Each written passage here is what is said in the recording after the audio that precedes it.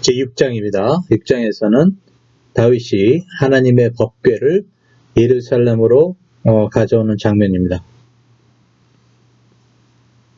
당시 법궤는 아비나답의 집에서 있었습니다.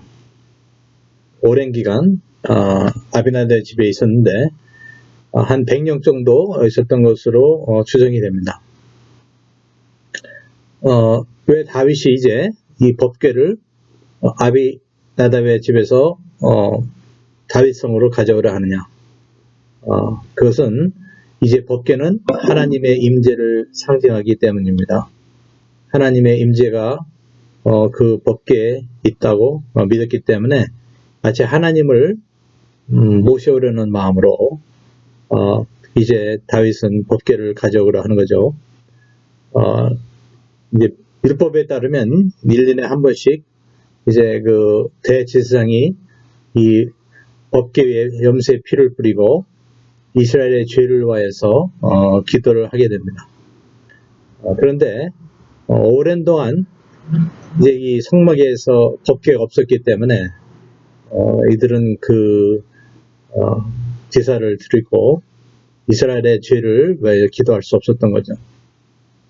그래서 이제 다윗은 이스라엘의 사람들과 같이 3만이라는 사람들과 같이 이 다윗성으로 법궤를 가져오게 되는 것입니다.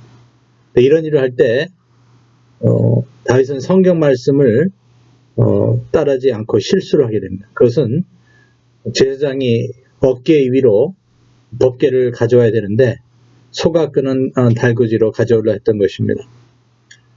그래서 이것을 통해서 우리가 아는 것은 하나님의 일은 하나님의 방법대로 해야 된다. 그러니까 자칫 잘못하면은 사람의 어떤 상식적인 그런 방법으로 하나님을 하다가 오히려 낭패를 당할 수 있다는 것입니다. 6절에 보게 되면 이 이제 법궤가 오는 동안에 나곤의 타작마당이라는 곳에 지나게 됐는데 무엇 때문이었든지 갑자기 소들이 놀라서 뛰게 됩니다. 그래서 아비나답의 아들 우사가 그 옆에 있다가 법궤 땅에 떨어지지 않게 하려고 손으로 법궤를 붙들게 됩니다. 근데 이것은 하나님의 율법을 어기는 것입니다. 왜냐하면 법궤는 아무나 만들 수 없고 오직 대제사장이나 제사장이 만들 수 있는데 이것을 만지게 된 거예요.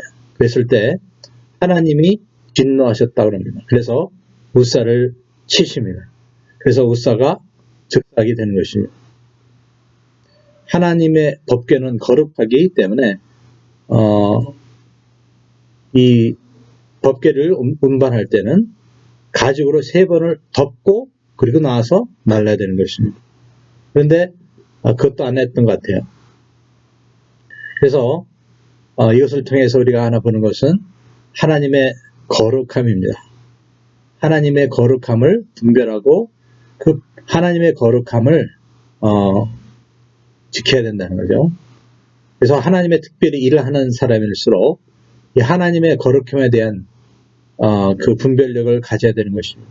성경에 보면 하나님이 거룩하실 뿐더러 그의 이름이 거룩하다고 또 그의 말씀이 거룩하고 또 그를 섬기는 성전이 거룩하고 성전 안에 기구들이 거룩합니다. 또 그 성전에서 주님을 섬기기로 세워진 제사장들이 거룩합니다. 또한 이스라엘에게 하나님을 예배하는 그 세우신 절기가 거룩하고 또 하나님의 백성들이 거룩하다 했습니다. 그래서 이 하나님의 거룩함을 인정하고 존중하는 것이 하나님을 기쁘시게 하는 것입니다.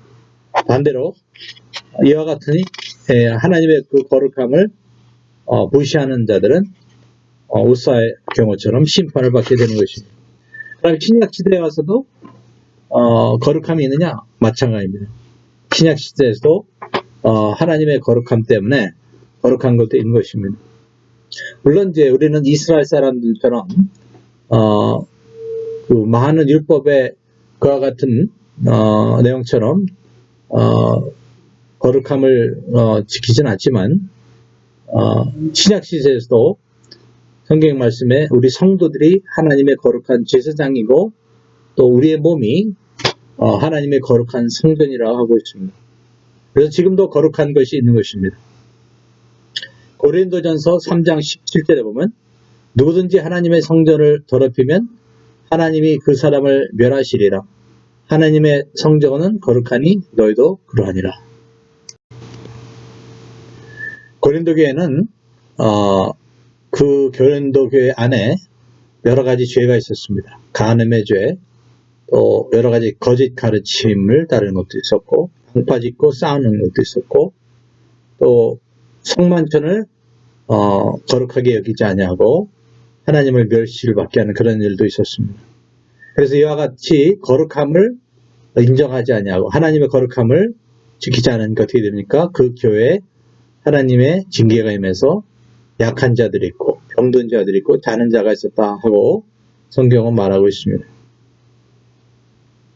그래서 이제 이 요사가 죽자 다윗은 이 법궤를 예루살렘으로 가져오는 것을 일단 중지하게 됩니다. 그래서 그 법궤를 오벳 에돔이라는 사람의 임시로 두게 됩니다. 그래서 그 오벳 에돔의 집에 3개월 동안 있게 되는데 참으로 놀라운 것은 그 3개월 동안 오벳 에돔의 집에 있으면서 그 집에 하나님의 복이 임하는 것입니다. 재미있는 것은 아비나답의 집안에는 아주 오랜 동안 있었는데 그 집안의 사람들은 그 특별히 복을 받은 그런 기록이 없지만 그러나 오벳에돔은 단지 3개월을 섬겼지만 하나님의 복을 받는 것입니다. 그래서 얼마나 복을 받냐면 오벳에돔의 후손들이 강성해지고 대대로 성전에 문지기에 서 주님을 섬기는 가문이 되었던 것입니다. 그 기록이 역대상 15장 24절에 나옵니다. 여기에 보게 되면 다윗이 다스리던 시대에 오벳에돔의 자손 62명이 문지기로 하나님을 섬겼다 하고 있습니다. 또 아마샤 왕 때까지 그 자손들이 성전에서 대대로 주님을 섬겼던 것입니다. 그래서 이것을 통해 볼 수 있는 것은 신앙생활을 아니면 주님을 오래 섬긴다고 좋은 것이 아니라는 거예요. 오래 섬기는 것보다 더 중요한 것은 말씀대로 성심으로 섬겨야 하는 것입니다. 자, 이와 같이 오벳에돔이 그 집안이 이 법궤를 인하여 복을 받는다는 소식을 듣고 다윗은 이제 마음을 바꾸게 됩니다. 왜냐하면 하나님의 복이 오벳에돔 집안만 복을 주는 게 아니고 자신과 자신의 집 그리고 온 이스라엘 위에 임하기 위해서 법궤를 예루살렘으로 가지고 오게 되는 것입니다. 그리고 이 법궤를 가지고 와서 다윗 궁 자기의 거하는 것 옆에다가 임시 천막을 치고 거기다 법궤를 두게 되는 것입니다. 그래서 이와 같이 법궤를 가져올 때 많은 악기와 또 많은 찬송, 제사를 드리면서 이 법궤를 가져오게 됩니다.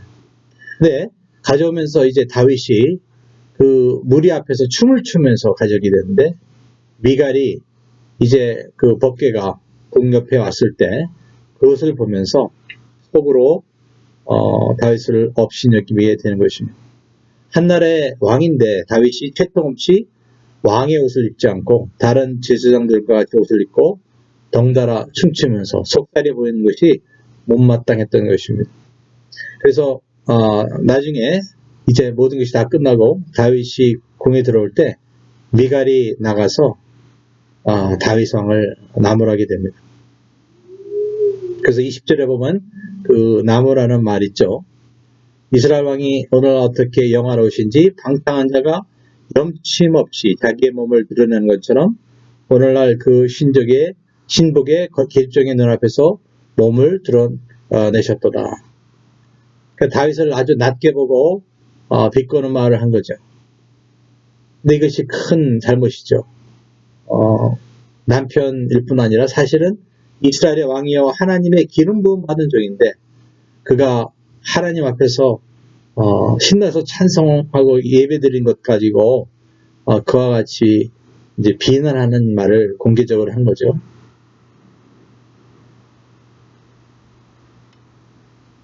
그래서 이제 다윗은 그것이 어리석인 일이나 잘못된 일이 아닌 것을 21절에 말합니다.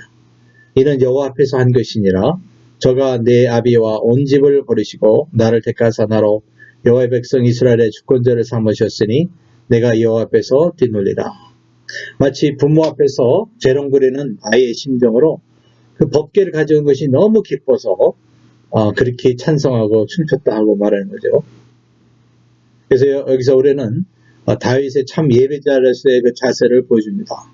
그는 사람 앞에서 춤을 추거나 찬양한 게 아니고 하나님 앞에서 했다는 거예요. 그래서 이와 같이 하나님의 종을 멸시하고 비난한 그 미가는 결국 하나님의 심판을 받게 됩니다. 그래서 23절에 보면 그러므로 사울의 딸 미갈은 죽는 날까지 자식이 없습니다. 그래서 남편이지만 하나님의 종을 무시하고 기름 부음 받은 자를 비난한 행동은 곧 하나님을 무시하고 비난한 것을 여겨져서 심판을 받게 되는 것입니다.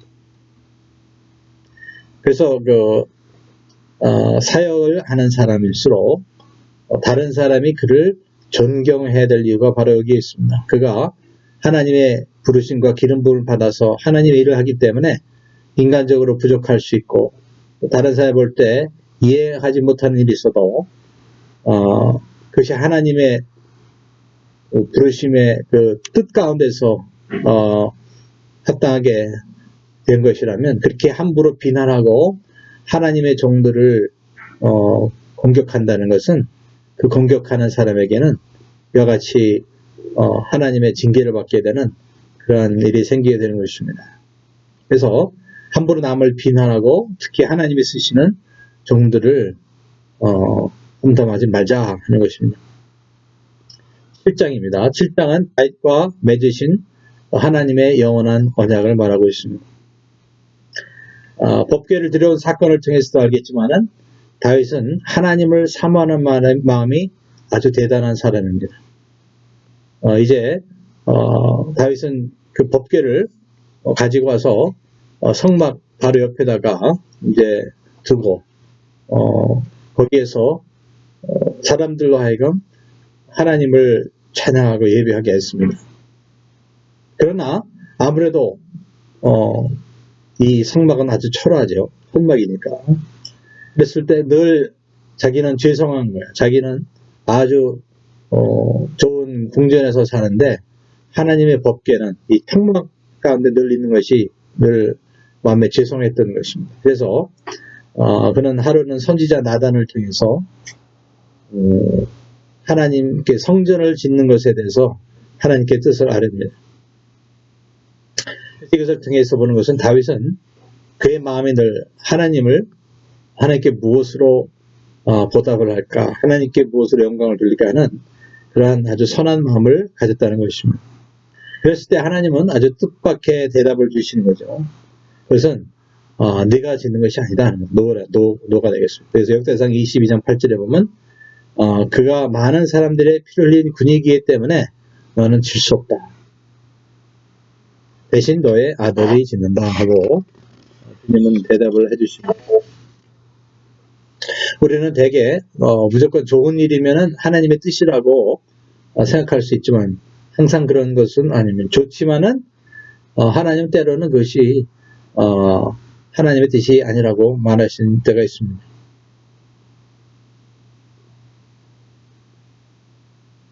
그래서 결국 다윗은 자기의 소원대로 성전을 짓을 수 없게 되는 거죠. 그렇지만은 하나님께서는 이와 같이 다윗이 가지고 있는 그 하나님을 향한 그 마음을 기뻐하시면서 축복의 말씀, 약속의 말씀을 주십니다. 첫째로 하나님은 다윗에게 존귀한 이름을 약속하십니다. 8절에 보면 만군의 여호와께서처럼 말씀하시기를 내가 너를 목장 곧 양을 따르는 데서 취하여 내 백성 이스라엘의 주권자를 삼고 내가 어디로 가든지 내가 너와 함께 있어 내 모든 대적을 내 앞에서 멸하였은즉 세상에서 존귀한 자 이름같이 내 이름을 존귀하게 만들어 주리라. 두 번째로 이스라엘에게 평안의 약속을 주십니다. 다윗이 다스리는 이스라엘이 모든 외적을 물리치고 평안할 것이다 하고 10절과 11절에 보면 약속하십니다. 또 세 번째로는 다윗의 왕조가 이제 영원할 것이다. 11절에 보면 또 내게 이르노니 여호와가 너를 위하여 집을 이루고 내 수완이 차서 내 조상들과 함께 잘 때 내가 내 몸에서 날 자식을 내 뒤에 세워 그 나라를 견고케 하리라. 저는 내 이름을 위하여 집을 건축할 것이요 나는 그 나라의 위를 영원히 견고케 하리라. 세상에는 영원한 왕조가 없습니다. 아무리 왕조가 지속돼도 몇백 년이면 되게 다른 왕조로 바뀌어지죠. 근데 하나님께서는 다윗에게 엄청난 약속을 주시는데 너의 왕조가 영원할 것이다. 이게 진짜 너무 대단한 그런 약속이죠. 그래서 하나님께서는 다윗을 너무 기뻐하셔서 다윗이 죽어도 다윗의 그 자식들을 왕들을 세우는데 이 다윗의 왕조는 영원하다 하는 약속을 주시는 것입니다. 이것은 메시아가 이 다윗의 집을 통하여서 오심으로 성취가 됩니다. 메시아는 다윗의 후손으로 오셔서 그의 자리에 왕이 되시고 다윗의 위에 영원히 다스리시기 때문에 결국 이 약속이 성취가 되는 것입니다. 그래서 메시아 예수가 이 땅에 오셔서 결국 다윗의 왕으로 오셔서 부활하시고 승천하셔서 지금 하나님의 보좌 우편에 앉으시고 또 영원토록 다윗의 위에서 이스라엘을 다스리고 전 세계를 다스리는 왕이 되셨기 때문에 이 약속은 결국 성취가 되고 앞으로 더 되게 되는 것입니다. 그래서 누가복음 1장 31절에 오라 내가 수태의 아들을 낳으리니 그 이름을 예수라 하라. 저가 큰 자가 되고 지극히 높으신 이의 아들이 될 것이요 주 하나님께서 그 조상 다윗의 위를 저에게 주시리니 영원히 야곱의 집에 왕노릇 하실 것이며 그 나라가 무궁하리라. 천사가 이제 마리아에게 한 말입니다. 마리아가 아들을 할 것이고 그가 메시아요. 그가 다윗의 위를 가지고 영원히 야곱의 집에 이스라엘의 왕노릇 하실 것이다. 또 그 나라가 무궁하리라 하고 이제 천사의 입술을 통하여 이제 하나님께서는 예수 그리스도가 바로 이 오실 메시아 다윗의 위에 앉아서 다시를 이스라엘 왕이라고 하십니다. 그리고 이분이 예수님이 영원토록 왕노릇 하신다고 말씀하시는 거죠. 그래서 이 다윗에게 그 맹세하신 이 약속은 결국 다윗의 후손으로 오신 예수 그리스도께서 성취하신 것이 되겠습니다. 그래서 이제 다윗의 후손은 다윗이 죽고 나서 이제 왕이 되고 또 그들은 비록 죄를 하나님께 짓고 그로 말미암아 징계도 당하지만 이 다윗의 왕조는 계속되게 되는 것입니다. 그래서 이와 같은 놀라운 그런 축복을 이제 하나님께서 다윗에게 주셨을 때 다윗은 너무 감사합니다. 그래서 성전에 들어가서 성막에 들어가서 이제 하나님께 기도하게 되는 거죠.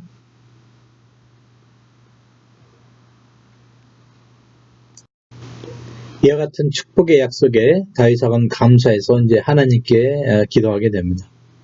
너무나도 놀라운 복을 주셔서 참 말이 잘 안 나오는 그런 상황입니다.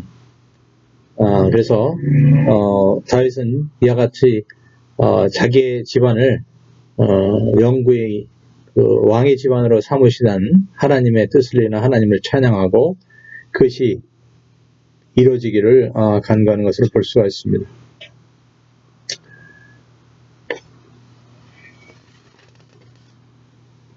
8장입니다. 8장은 이제 계속되는 다윗의 승리를 그리고 있습니다. 하나님께서 주신 약속대로 다윗은 이제 어디로 가든지 승리하게 되고 그 이름이 존귀하게 됩니다. 그래서 블레셋 위에 이제 그 항복을 받고 땅까지 빼앗고 또한 2절에 보게 되면은 모압을 완전히 굴복시킵니다. 그 다음에 소바라는 왕국도 굴복시키고 다른 아람 사람도 물리치게 됩니다. 그래서 다윗의 영향력은 유브라데까지 미치게 되는데 이것은 창세기 15장 18절의 예언대로 부분적으로 성취된 것으로 볼 수가 있습니다. 결국 메시아 예수가 이 땅에 재림하시면 아브라함에게 약속하신 그 영토가 완전히 성취가 되는 것입니다. 다윗은 이와 같이 이스라엘의 왕으로서 아주 이상적인 그와 같은 왕으로서 나라를 다스렸습니다. 뿐더러 다윗은 하나님을 너무나도 사랑해서 이후로부터 전쟁에서 가져온 물건들은 다 하나님께 드리게 되는 것입니다. 본인은 성전을 직접 짓지를 못하지만은 자기 아들이 이제 지을 때 도움이 되려고 그 물건들을 다 준비하게 되는 것입니다. 이것을 통해서 다윗이 하나님을 향하여 가졌던 진정한 그 사랑을 볼 수가 있습니다. 16절 이후로는 이제 다윗의 신하의 명단이 나와 있습니다. 다윗은 이 모든 일들을 혼자 한 것이 아니고 능력 있고 충성되고 하나님을 아는 그 사람들을 자기 주변에 두어서 잘 조직해서 팀으로 일한 것을 볼 수가 있습니다. 제 9장입니다. 9장은 요나단의 아들 무비보셋에게 이제 다윗이 그 요나단을 인하여서 언약을 갚는 그런 내용입니다. 하루는 이제 다윗은 사울의 집에 누가 남은 사람이 있느냐 하고 이제 찾습니다. 왜냐하면 그가 요나단과 맺은 그 언약을 기억했기 때문인 것입니다. 그래서 알아보니까 아직 그 요나단의 아들이 살아있다는 거예요. 근데 그 사람의 이름이 무비보셋입니다. 근데 무비보셋은 쩔뚝발입니다. 양발을 다 접니다. 어렸을 때 그 여종이 이 무비보셋을 데리고 도망치다가 떨어뜨려서 그 이후로는 쩔뚝발이가 됐다고 그랬습니다. 그래서 나중에 이 사울의 집안이 망하고 나서 그는 남의 집에서 살고 있었던 사람이었습니다. 그래서 무비보셋은 그날 다윗 왕에게 부름을 받으면서 아마도 자기가 그날 죽는 줄 알았을 것입니다. 대개는 왕조가 바뀌게 되면은 그 전 왕조에 속한 사람들은 다 죽이는 그러한 것이 많이 있었기 때문에 그렇습니다. 근데 다윗은 복수는 하는커녕 오히려 무비보셋을 아주 파격적으로 대합니다. 그래서 할아버지 사울 왕이 가졌던 땅을 주고 또 평소에는 다윗의 다른 자녀들처럼 예루살렘의 궁정에 살면서 같이 식사하고 무비보셋을 자기 자식처럼 대우를 하게 하는 것입니다. 왜 이렇게 했을까? 그것은 바로 요나단과 언약을 맺었기 때문인 것입니다. 그래서 요나단이 다윗에게 행하였듯 다윗도 이제 요나단에게 호의를 베풀어 주는 것입니다. 그래서 시바에게 명령하여서 시바는 이제 사울의 신하였는데 무비보셋을 주인으로 섬기라고 합니다. 그리고 사울의 이제 땅을 농사해서 그 농사물의 결과를 이제 무비보셋에게 줘서 섬기라고 합니다. 그래서 그 이후로 시바와 시바의 자녀들은 다 무비보셋의 종이 됩니다. 그래서 우리는 여기서 언약의 효과를 볼 수가 있습니다. 그래서 언약을 맺는다는 것은 내가 그 사람과 끊어질래야 끊어질 수 없는 관계가 되는 것이고 아주 친한 관계가 되는 것입니다. 서로 보호하고 목숨까지라도 주는 같은 관계가 되는 것입니다. 그래서 내 것이 너의 것이 되고 너의 것이 나의 것이 되는 그런 관계가 되는 것입니다. 그런데 그것이 이제 다윗과 요나단의 사이에서만 된 게 아니고 집안 대대로 이와 같은 이제 언약을 맺었기 때문에 다윗은 비록 아버지 요나단이 죽었지만은 요나단의 자녀들에게 이와 같이 마치 자기의 자식처럼 대하는 그와 같은 호의를 베풀어 주는 것입니다. 무비보셋은 어렸을 때부터 쩔뚝발이가 돼서 일생을 아주 불행하고 어둡고 멸시받고 가난한 그 같은 인생을 살던 사람인데 이제는 하루아침에 다윗의 자식, 왕자 같은 대우를 받는 인생으로 이제 변화된 것입니다. 근데 이것은 뭘 말하냐면 우리가 그리스도 안에서 하나님의 언약의 대상이 되어서 그리스도께서 행하신 일로 말미암아 우리는 하나님의 무조건적인 은혜와 또 하나님의 자녀가 받는 같은 영광을 받게 된 것과 같은 이치인 것입니다. 그래서 무비보셋이 다윗을 만나기 전의 모습은 바로 우리가 하나님을 만나기 전의 모습을 그려주고 있습니다. 우리 역시 하나님을 만나기 전에는 가난하고 약하고 절름발이처럼 영적으로 절름발이처럼 살았고 두려움 가운데 숨어서 살았습니다. 우리는 하나님의 사랑을 알지도 못했고 받지도 않았습니다. 그러나 그와 같은 때 우리 왕이신 예수님께서 우리를 찾아오셨고 우리에게 친절을 보이셨습니다. 이와 같은 것은 언약의 기반을 둡니다. 하나님의 은혜가 우리에게 온 것은 예수 그리스도와 하나님 사이의 그 언약에 기초해서 우리가 예수 안에 속하였기 때문에 이 언약의 그 혜택을 받게 되는 것입니다. 그래서 하나님 우리를 이제 하나님의 아들, 딸로 취급해 주시고 그와 같이 사랑해 주시고 하나님과 교제할 수 있는 그런 신분을 허락하여 주신 것입니다. 10장입니다. 10장은 이제 계속되는 다윗의 승리를 그리고 있습니다. 다윗은 이제 그 주변의 나라들 하나하나 다 정복하고 그 나라들로 하여금 조공을 바치는 일을 하게 합니다. 이때 암몬이라는 나라의 한운이 죽었을 때 그 장례 때 조의를 표내라고 대표를 보냈는데 이 새로 된 한운의 아들이 이것을 오해해서 마치 스파이로 우리나라를 스파이한다고 생각해서 다윗이 보낸 그 신하들을 모욕을 하는 일을 하게 됩니다. 그래서 그것으로 말미암아 이제 전쟁이 시작이 된 거죠. 그랬을 때 요셉과 아비새가 군대를 이끌고 나서 하나님을 의지하고 싸웁니다. 12절에 보면 너는 담대라. 우리가 우리 백성과 우리 하나님의 성읍들을 위하여 담대하자. 여호와께서 선히 여기시는 대로 행하시기를 원하노라.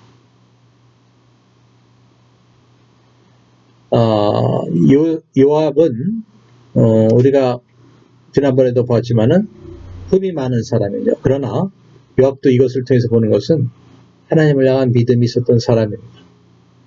아무리 군사적으로 열세도 하나님을 의지하게 되면 하나님이 승리를 주신다는 그 믿음이 있었습니다. 그래서 큰 승리를 거두게 되는 것입니다. 11장입니다. 11장은 이제 다윗이 범죄를 하게 됐는데 자기의 충신인 우리아의 아내를 취하해서 동침한 그런 죄를 범하게 됩니다. 이제 다윗은 다른 군사들이 전쟁을 하고 있을 때 자기는 집에 남아서 한가한 시간을 보내게 됩니다. 그래서 지붕 위에서 목욕하고 있는 이 밧세바를 보게 된 거예요. 근데 이것을 보고도 눈을 돌려서 피하면 그만이었는데 계속 보고 있다가 결국 욕심이 나서 밧세바를 자기의 궁에 들여서 결국 간음을 하게 됩니다. 다윗에게는 벌써 많은 아내가 있었습니다. 그러나 거기에 만족하지 않은 것입니다. 이것을 통해서 우리가 보는 것은 육신의 정욕이라는 것은 결코 만족이 없다. 그래서 밧세바는 이 일로 인하여 임신하게 되고 이를 다윗에게 알립니다. 그래서 이제 다윗은 아주 큰 위경에 빠지게 된 거죠. 다른 사람도 아니고 자기의 충성스러운 군인 우리아의 아내를 범했으니까 얼마나 큰 범죄입니다. 그래서 이것을 해결하려고 이제 묘책을 자기가 꾸미게 되는 것이죠. 그래서 전쟁에서 싸우고 있는 우리아를 불러서 자기 집에 가서 아내 밧세바와 동침을 하게 합니다. 근데 우리아는 충성된 신하이기 때문에 자기 집에 가지 않습니다. 왕궁에서 자고 자기 집에 가지 않습니다. 이것은 사실 사명을 받은 사명자의 태도를 말하고 있습니다. 하나님의 법궤가 밖에 나가 있고 또 자기의 동료와 상관들이 목숨 걸고 싸우고 있는데 자기만 이유 없는 쾌락을 즐기지 않겠다는 그런 태도입니다. 그래서 그가 사명을 맡은 사람으로서의 충성심과 또 겸손함을 볼 수 있는 그런 내용이 되겠습니다. 그러자 이제 다윗은 편지를 씁니다. 그래서 요압에게 편지를 써서 우리아의 손을 통하여서 보냅니다. 그리고 우리아를 가장 위험한 곳에 배치하여 죽이라는 거예요. 그래서 우리아가 죽었을 때 다른 사람 몇 사람도 활을 맞고 죽게 됩니다. 그래서 이제 다윗은 아무도 모르는 걸로 생각하고 바세바를 불러서 자기 아내로 삼습니다. 그리고 결국 아들을 낳게 됩니다. 사람의 눈으로 볼 때는 완전한 범죄입니다. 근데 하나님은 지켜보셨습니다. 7절에 보면 다윗의 소위가 여호와 보시기에 악하였더라. 여호와께서 보셨다는 거죠. 그래서 성경은 이게 하나님의 말씀이 진짜 확실한 것은 결코 아무리 위대한 왕이고 과거에는 하나님 앞에 순종하고 하나님을 사랑했던 다윗이라도 다윗의 그 부끄럽고 약한 죄의 모습을 그대로 그리는 것입니다. 이것을 통해서 우리가 보는 것은 아무리 사람이 위대한 리더고 훌륭한 사람이라도 불완전하다는 거예요. 우리가 의지할 분은 결국 하나님밖에 없음을 성경은 말하고 있습니다. 하나님 외에는 누구도 우리는 무상시하면 안 됩니다. 다 연약한 인간일 뿐인 것입니다. 자, 이와 같이 자기의 죄를 가리고 이제 바세바를 자기 아내로 데려왔지만 다윗의 심정은 매일매일이 죄책감과 고통이었을 것입니다. 시편 32편 3절에 보면 이런 내용이 있습니다. 내가 도설치 아니할 때 종일 신음함으로 내 뼈가 쇠하였도다. 주의 손이 주야로 나를 누르시오니 내 진액이 하여 여름 가물에 마른같이 되었나요. 하나님께서는 자발적으로 다윗으로 하여금 회개케 하시라고 날마다 이와 같이 마음 가운데 죄책감과 고통의 마음을 주셨던 거예요. 그래서 이것을 통해서 볼 수 있는 것은 한순간에 그 죄의 쾌락이 있다 하더라도 결국은 심령의 고통과 번민, 죄책감을 갖게 된다는 것입니다. 바로 죄가 하는 일입니다. 죄는 순간의 쾌락이 있지만은 결국은 더 큰 고통을 당합니다. 제12장입니다. 12장은 이제 다윗의 회개와 하나님의 징계의 손길입니다. 다윗이 이제 죄를 회개하지 않자 하나님께서는 나단 선지자를 보내십니다. 그래서 나단 선지자가 그 다윗의 죄를 지적하게 되는 것입니다. 근데 나단은 직접적으로 말로 다윗의 죄를 지적하는 게 아니고 비유를 듭니다. 한 사람의 얘기는 하는데 자기는 많은 양을 가지고 있는 부자지만 그 양 죽여서 손님 대접하는 게 아까워서 자기 옆에 가난한 한 사람의 새끼처럼 자기 자식처럼 아끼는 그 양을 잡아서 결국 손님을 대접했다 하는 이런 얘기죠. 이와 같이 나단은 비유를 사용합니다.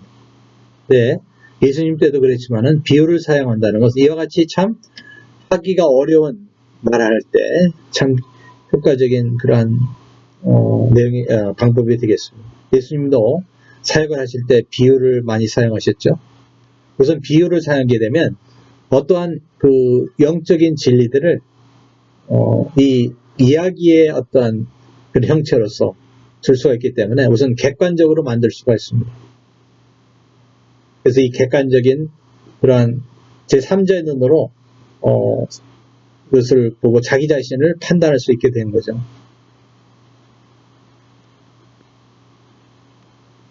그래서 다윗도 사실은 이 비유의 말을 했을 때 그 순간은 자기가 바로 그 사람이라는 걸 깨닫지 못했지만은 이 삼자의 눈으로 볼 때 자기가 행한 일이 얼마나 큰 죄인 것을 스스로 입으로 말하게 됩니다. 이 사람은 죽을 자다 하고 말하죠.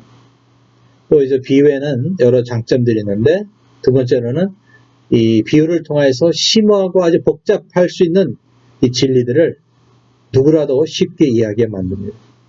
교육을 덜 받은 사람들도 비유를 통해서는 쉽게 진리를 깨달을 수 있는 거죠. 또 비유에는 어떤 장점이 있냐면 듣는 사람의 체면을 살려줘서 바로 그 순간 불필요한 그러한 반발을 피하게 만들죠. 또 비유에는 어떤 장점이 있냐면 오래 기억할 수 있습니다. 누구든지 이야기는 오래 기억합니다. 그래서 우리의 그 사역에 있어서 말씀을 전할 때 좋은 비유나 이야기는 아주 효과적인 그런 도구가 되는 것입니다. 그래서 다윗은 이 비유를 통해서 어떤 사람이 한 일에 대해서 들었을 때 진노하게 되는 거죠. 바로 죽을 자다 하면서 말하게 됩니다. 이웃에게 4배로 갚아야 된다고 말합니다. 그랬을 때 다윗은 바로 당신이 그 사람이다 하고 말하게 됩니다. 순간적으로 다윗은 자기가 죽을 자라고 말했던 그 사람이 바로 자기인 것을 깨닫게 되는 거죠. 그래서 나단은 비로소 다윗의 행한 일들을 적나라하게 다 묘사합니다. 그러면서 9절에 보면 내가 여호와의 말씀을 업신여기고 하면서 하나님의 말씀을 대언하게 됩니다. 다윗이 행한 이 모든 일이 여호와의 말씀을 업신여긴 것이다, 멸시한 것이다 하는 것이죠. 그리고는 이제 그 죄로 말미암아 다윗과 다윗 집안에 심판이 온다고 말하고 있습니다. 그래서 10절에 보게 되면 칼이 내 집의 영영이 떠나지 아니할 것이다 하고 말합니다. 또 칼로 죽고 죽이는 일이 다윗 집안에 계속 저주로 일어나게 되는 것입니다. 뿐만 아니라 다윗의 처들을 다른 사람이 범하게 되는 그러한 일도 생깁니다. 나중에 알고 보면 그것이 자기 아들입니다. 자기 아들 압살롬이 그런 일을 하게 됩니다. 그래서 이와 같은 말씀을 들었을 때 다윗은 사울왕처럼 변명하거나 부인하지 않습니다. 당장 회개합니다. 13절에 보면 내가 여호와께 죄를 범하였노라. 히브리 말로는 단 두 단어입니다. 내가 죄를 범하였다. 즉각 회개하는 모습을 볼 수 있습니다. 비록 그가 사람 앞에 죄를 진 것 같지만 사실은 결과적으로는 궁극적으로는 하나님께 죄를 진 것입니다. 그래서 그 회개의 내용이 구체적으로 시편 51편에 나옵니다. 그런 이 시편 51편에서 자기가 주 앞에 죄를 범하였다라고 회개하는 것을 볼 수가 있습니다. 1절에 보면 하나님이여 죄인 자를 쫓아 나를 긍휼히 여기시며 죄 많은 자비를 쫓아 내 죄가를 도말하소서. 나의 죄악을 맑게 시키시며 나의 죄를 깨끗이 지하소서. 대전하는 내 죄가를 아오니 내 죄가 항상 내 앞에 있나이다. 내가 주께만 범죄하여 죄의 목전에 악을 행하였사오니 주께서 말씀하실 때 의로우시다고 판단하실 때 순전하시다 하리다. 그래서 이와 같이 다윗이 회개하자 하나님은 이제 그의 목숨을 살려줍니다. 비록 간음자요 또 살인자지만은 목숨은 건져주시는 것입니다. 그러나 다윗은 이로 인하여 고난을 받게 되고 또 당장 이 관계로 인하여 태어난 아들도 죽게 됩니다. 그래서 죄의 용서는 있었지만 죄의 결과를 경험하게 하시는 것입니다. 이것이 바로 죄의 성질입니다. 갈라디아서 6장 7절에 보면 스스로 속이지 말라. 하나님은 만일의 여김을 받지 아니하시나니 사람이 무엇으로 심든지 그대로 거두리라. 다윗은 이제 이 어린아이가 죽어가자 하나님께 금식하고 기도합니다. 7일 동안 금식하고 기도하지만 결국 죽습니다. 아무것도 하나님의 정해진 뜻을 바꿀 수가 없는 거죠. 다윗이 이제 아이가 죽은 걸 알자 금식을 그치고 음식을 먹습니다. 2절에 보면 가르데 아이가 살았을 때 내가 금식하고 온 것은 혹시 여호와께서 나를 불쌍히 여기사 아이를 살려주실지 누가 할까 생각하였으니와 시방은 주었으니 어찌 금식하랴. 내가 다시 돌아오게 할 수 있느냐. 나는 저에게로 가려니와 저는 내게로 돌아오지 아니하리라. 하나님께서 행하신 것이기 때문에, 정하시고 행하신 것이기 때문에 이제 더 이상 인간이 할 수 있는 건 없다 말하는 거죠. 철저히 하나님의 주권을 인정하는 모습입니다. 또 우리가 여기서 볼 수 있는 것은 다윗이 가지고 있는 내세관입니다. 다윗은 이제 그의 죽은 그 아들이 태어나자마자 죽었지만 음부에서 그를 만나게 될 것을 알고 있습니다. 구약시대 사람들은 사람이 죽으면 음부라는 곳에 간다고 믿었습니다. 누가복음 16장에도 예수님은 이 아브라함의 품이라는 것을 말합니다. 나사로와 같이 의인들이 거하는 것입니다. 그러나 악한 자가 또 거하는 불꽃같이 뜨거운 또 고통의 음부도 있습니다. 고린도서 7장 14절에 보면 어린 아이들의 구원에 대해서 특별히 아직 자기의 사립 판단을 못하는 그 어린 나이의 사후의 그 존재에 대해서 구원의 여부에 대해서 이런 내용을 주고 있습니다. 그것은 부모가 믿는 자일 경우 그 자식이 거룩해진다는 겁니다. 그래서 아직 스스로 결정할 수 있는 나이 이전에 어린아이가 죽으면 그 아이의 부모가 신자일 경우 구원을 받게 된다는 어떤 우리가 추측을 가능하게 하는 구절이 되겠습니다. 그리고 나서 이제 다윗이 우리아와 다시 동침하니 그 낳은 아들이 솔로몬입니다. 그래서 하나님은 이 아이를 사랑하셨습니다. 그래서 선지자 나단을 보내서 이름까지 지어주십니다. 그 이름이 여디디아입니다. 여디디아란 말은 여호와께서 가장 사랑하시는 사람이란 말입니다. 솔로몬의 다른 이름입니다. 비록 솔로몬의 그 형된 사람은 어린 나이에 죽었지만은 그 아들은 나중에 보게 되면 또 이스라엘의 왕이 됩니다. 메시아가 이 솔로몬을 통하여서 오십니다. 참 신기한 일입니다. 이것을 통해서 하나님께서는 죄를 미워하시지만은 죄인이 회개할 때 용서하시고 은혜를 베푸시는 모습을 볼 수 있습니다. 그러고 나서 이제 바세바는 아들을 더 낳게 됩니다. 시므아, 소밥, 나단. 이것은 역대상 3장 5절에 나옵니다. 결국 4아들을 낳게 되는 거죠. 죽은 아들까지 합치면 5입니다. 근데 이 아들 중에서 2사람이 나중에 보게 되면 메시아 예수의 조상이 됩니다. 마태복음 1장 6절에 보면 예수님께서 솔로몬의 후손으로 나옵니다. 이것은 요셉의 가문의 족보입니다. 누가복음 3장 31절에는 예수님께서 나단의 후손으로 나옵니다. 누가복음은 마리아의 족보를 봅니다. 헬라에는 사위라는 말이 없습니다. 그래서 여기에는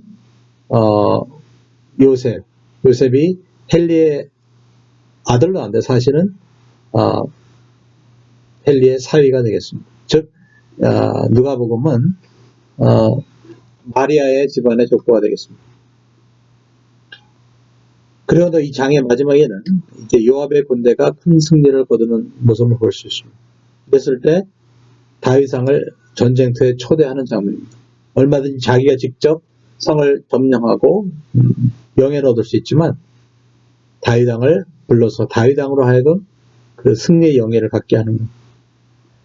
요압이 부족한 면이 많이 있었지만은 이런 지혜가 있었습니다.